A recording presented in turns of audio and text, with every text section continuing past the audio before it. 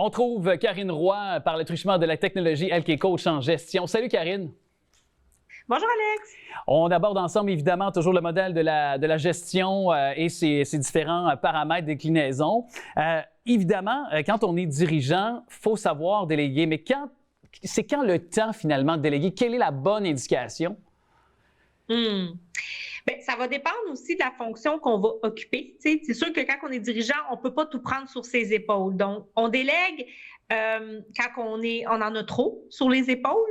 On délègue des tâches qui ne nous appartiennent pas nécessairement. Donc, quand on est dirigeant, à un certain moment donné, on a un positionnement.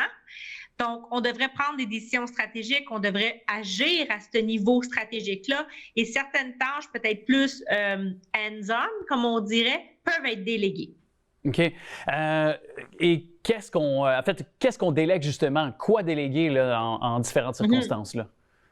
Bien, ça peut être des tâches administratives. Tu sais, par exemple, je vais donner mon expérience dans mon ancienne vie quand je travaillais dans la gestion, dans le réseau de la santé.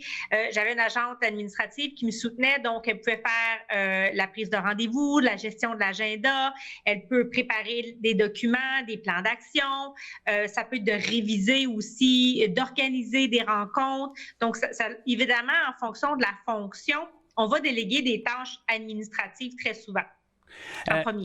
Oui, certainement. Et là, on voit de plus en plus que l'intelligence artificielle, dans plusieurs champs d'activité, plusieurs circonstances, viennent à la fois peut-être faciliter notre vie, mais en même temps, il y a ce danger chez certaines personnes, chez certains gestionnaires aussi, de perdre le contrôle à un moment donné dans certaines situations. C'est quoi ta position là-dessus, toi? Bien, moi, je trouve ça super intéressant. Je l'utilise, l'intelligence artificielle, dans mon rôle actuellement comme coach parce que je suis mentor, j'ai des accompagnements, mais je m'en sers en soutien. Donc, si je vais donner un exemple concret, j'enregistre une vidéo, il y a un caption, il y a un texte, tu sais, il va y avoir une transcription. C'est l'intelligence artificielle qui fait ça, de la transcription de ce que je vais dire. Donc, c'est super rapide, ça me donne accès à cette information-là. Et moi, je peux prendre, par exemple, ce contenu-là, le retravailler, le mettre à ma sauce, évidemment, parce que tout l'aspect humain, l'aspect de cœur, un robot ne fait pas ça. Oui, je comprends. Mais ça facilite beaucoup. Ça facilite beaucoup le travail.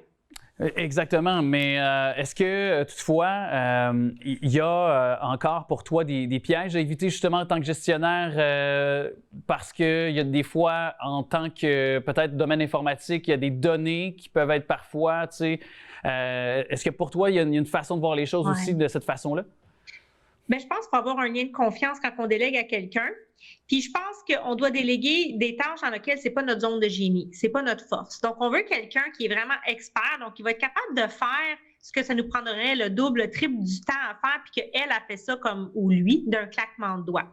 Puis tu sais, ce qui est monté quand tu parlais d'intelligence artificielle ou de délégation, on va juste prendre, par exemple, maintenant dans les épiceries ou les Walmart, on a des caisses comme on va nous-mêmes, on est nous-mêmes le caissier. Bien, il y a toujours quand même un humain qui est là pour surveiller parce que ça reste des machines. Hein? C'est pas parfait.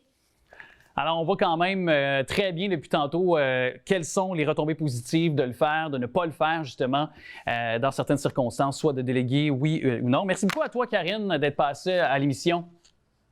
Ça me fait plaisir, Alex, tout le temps.